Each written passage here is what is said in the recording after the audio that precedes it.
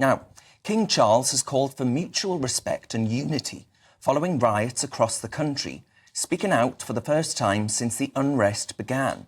He thanked the police and the emergency services for their efforts to restore peace across the country. And he welcomed how communities have actually countered the violence.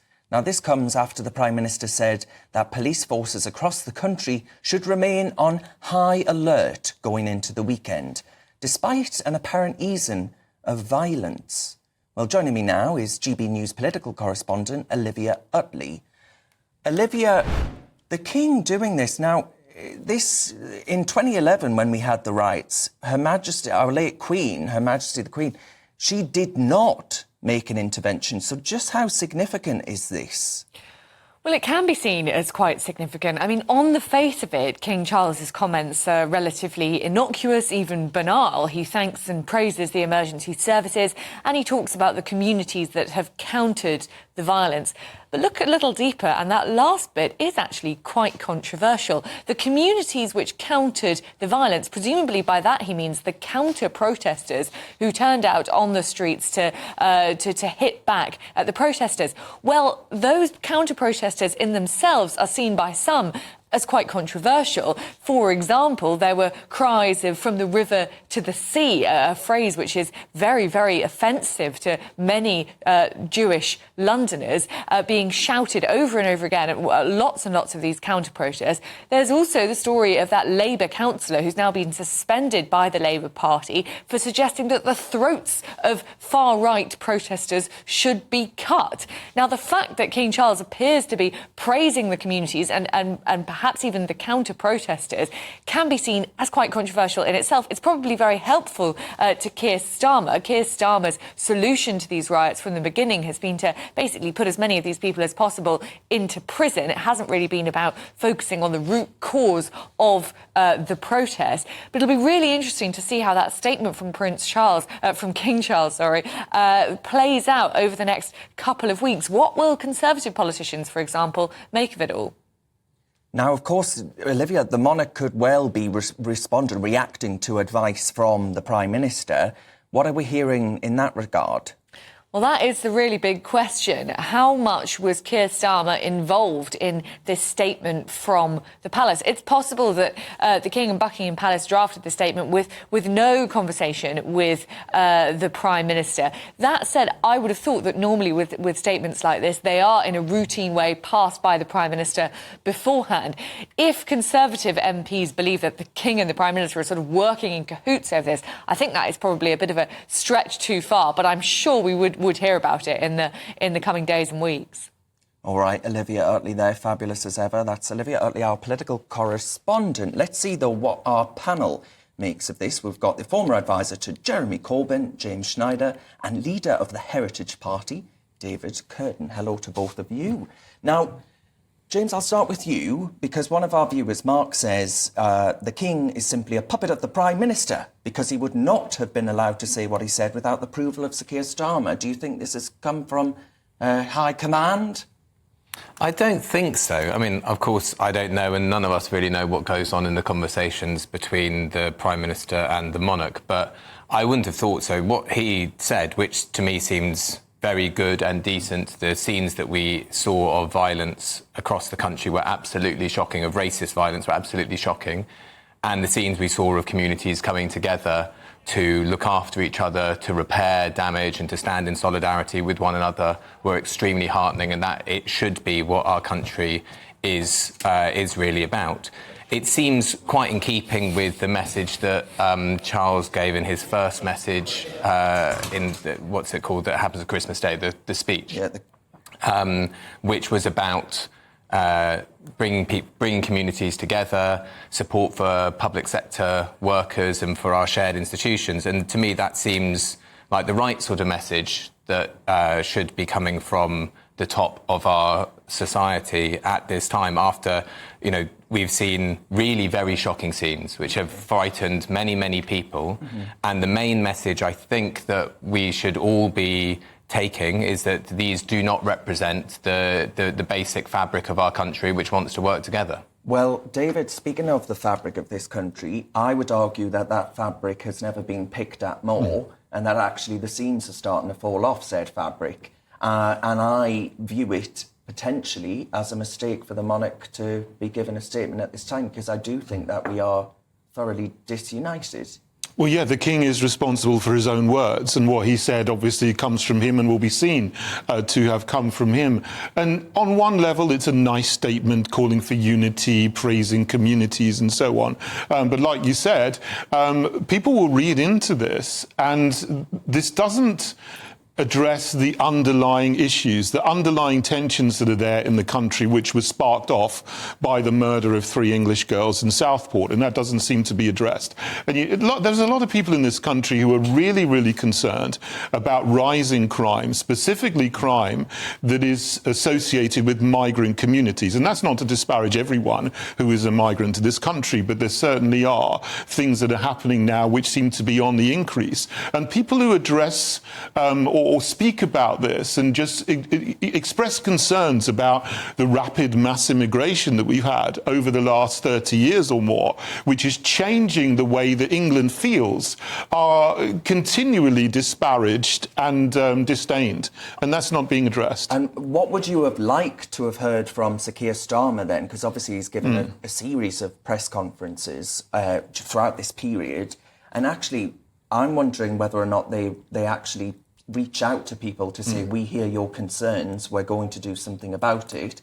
Instead, it seems to have been quite the opposite. It's completely the opposite. I mean, he went up to Southport the day after the murders had happened with some flowers, put them down, didn't even speak to the people in the community. And he just looked like someone who didn't care, who's going through this playbook that always happens after a migrant crime event, where they lay flowers and then they say, oh, we're going to protect minority communities because they're the ones who are really in danger, never mind the people who were killed, who were English children. And then they have a church service, ring some bells and sing Don't Look Back in Anger, and then they kill the story and don't talk about it again. And that seemed to be what he was doing. And I think that angered people, because he could have put a lid on it by saying, we understand your concerns and we're going to do something to keep you safe in your communities. I mean, James, where are you at on that then? Because, you know, there has been a lot of pushback to comments that he's made, with some actually accusing the Prime Minister of pouring petrol on the flames. The root causes of the violence that we have seen is the intense racism and anti-Muslim feeling of a small minority in our country. Well, let's go back to what actually happened. Well, hang on, I have to take you up on that. I have to, wait. You can't call everyone who is out. We're talking about the root causes. You were saying not dealing with the root causes. I'm talking about the root causes. I said the root causes are the intense racism and violent anti-Muslim feeling from a small minority in our country. Now, what actually happened in Southport? I can guarantee you that that's not the case. I'm talking.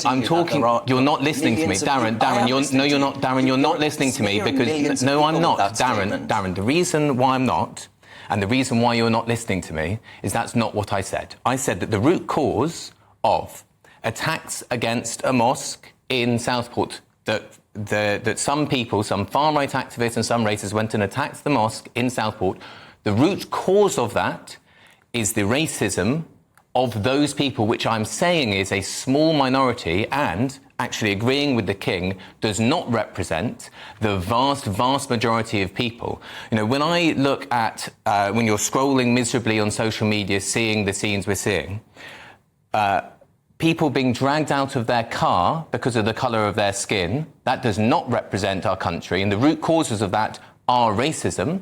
And the things that do represent our country are, for example, when there were people walking to prayers in Accrington and people came out of the mosque and were hugging people and saying respect, and you were seeing the unity of people coming together there. That's what represents our country. The root causes are disunity and drummed up racism and drummed up feelings against Muslims and against minorities, which are wrong. That's the root cause, and that's what we should all be standing against. Well, I mean, we've got lefty councillors at these so-called anti-racist protesters calling for throats to be cut. So, I mean, it's not all that harmonious, is it? Not at all. I mean, there are hooligans, and I despise them. And there are also... No, I've not heard anyone, certainly not on this channel, no one condones what has happened, right? That's But you have to give that caveat every 2 seconds. You have to allow people to protest. And what's happening here is we've got two-tier policing, a two-tier society where the counter-protests, which seem to be very, very organised with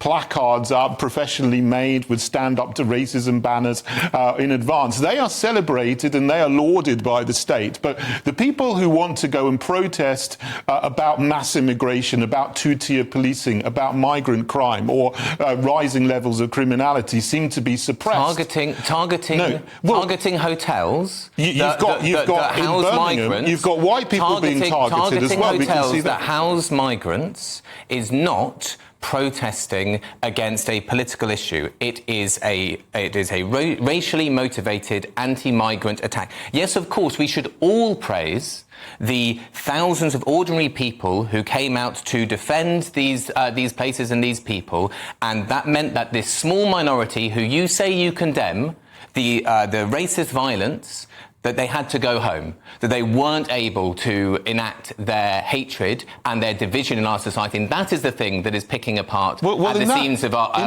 society. In that instance, you do have to question what was going on, because this has been widely spoken about. The police knew about this 48 hours in advance, and they didn't cordon off the area at all. The police knew about what, sorry? The attack on the migrant hotel in Rotherham. Yeah. So you've got a question there, what's happening? Right. There could well have been very bad police failures. I agree. The police should have been there. So we have two-tier policing here going on. And the two-tier policing, they weren't protecting the hotel. The two-tier thing is an absolute nonsense. I promise we'll come back. We'll come back to this. I have to ask you what you thought of that, because, James, what gets me is that Doogie has stood there in front of a massive stage that's being well funded by a group of public sector activists who want to denigrate and belittle people and frankly smear them as being fascists and racists when they're absolutely not. Public services are creaking at the seams. We have never seen levels of migration this high.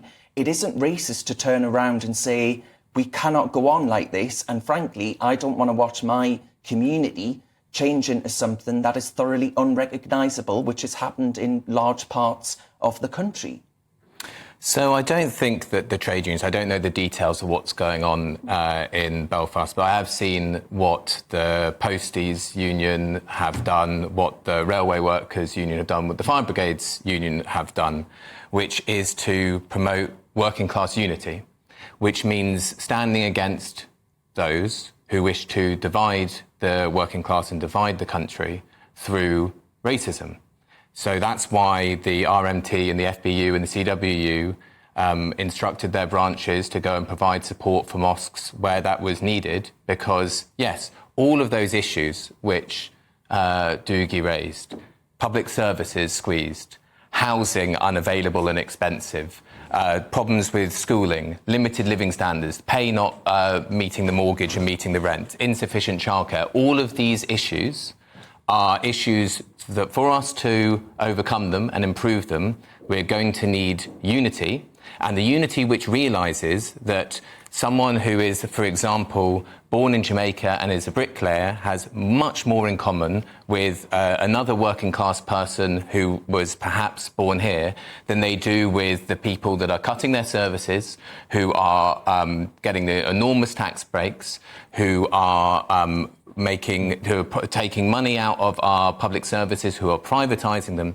That is the real unity that we need to see. So I don't think that the trade unions and those that are standing against racism, what they're doing is they're not denigrating sections of people who have bad services, bad pay, bad jobs, bad housing. They're standing with them fundamentally to have a unity which can take on the people that are really in charge in our country and are really running it into the ground and have been for 40 years. Well, your party is in charge right now. Well, I'm actually not a member of the Labour Party. Well, you were. And Labour have been in charge for about 3 minutes. 1 month, and they've done a fine job of it in that time, haven't they? And in that time, they've cut the winter fuel allowance for 10 million pensioners. So they're the party that's making poorer people poorer at the moment. But on that point, David, if you ask me, it's been a long time since the trade unions actually did represent the working class, because I know a lot of people have been writing into me in my inbox. I know people that work in educational institutions in this country, and they get union letters from their union saying we must campaign against these racist protests and all the rest of it, dismissing entirely all of their concerns. The trade unions do not represent the working class people of this country. Absolutely and I not. don't think it's What was good, if I could have a go now. Yes. What was good about the report there is the language that Dougie used there. They were not racists and anti-racists, as other people have said. These are people who are against mass migration. And then on the other hand, the counter-protests were more accurately called pro-mass immigration protests. And that is the dividing line here. And it's good that he actually called them out for what they actually are. The trade unions, as you say, have been on the side of all these far-left policies and agendas, mass immigration, transgenderism, and many, many other things that you might call woke and so on. But, what we got here in Northern Ireland is a community that up until a couple of years ago was very, very homogenous.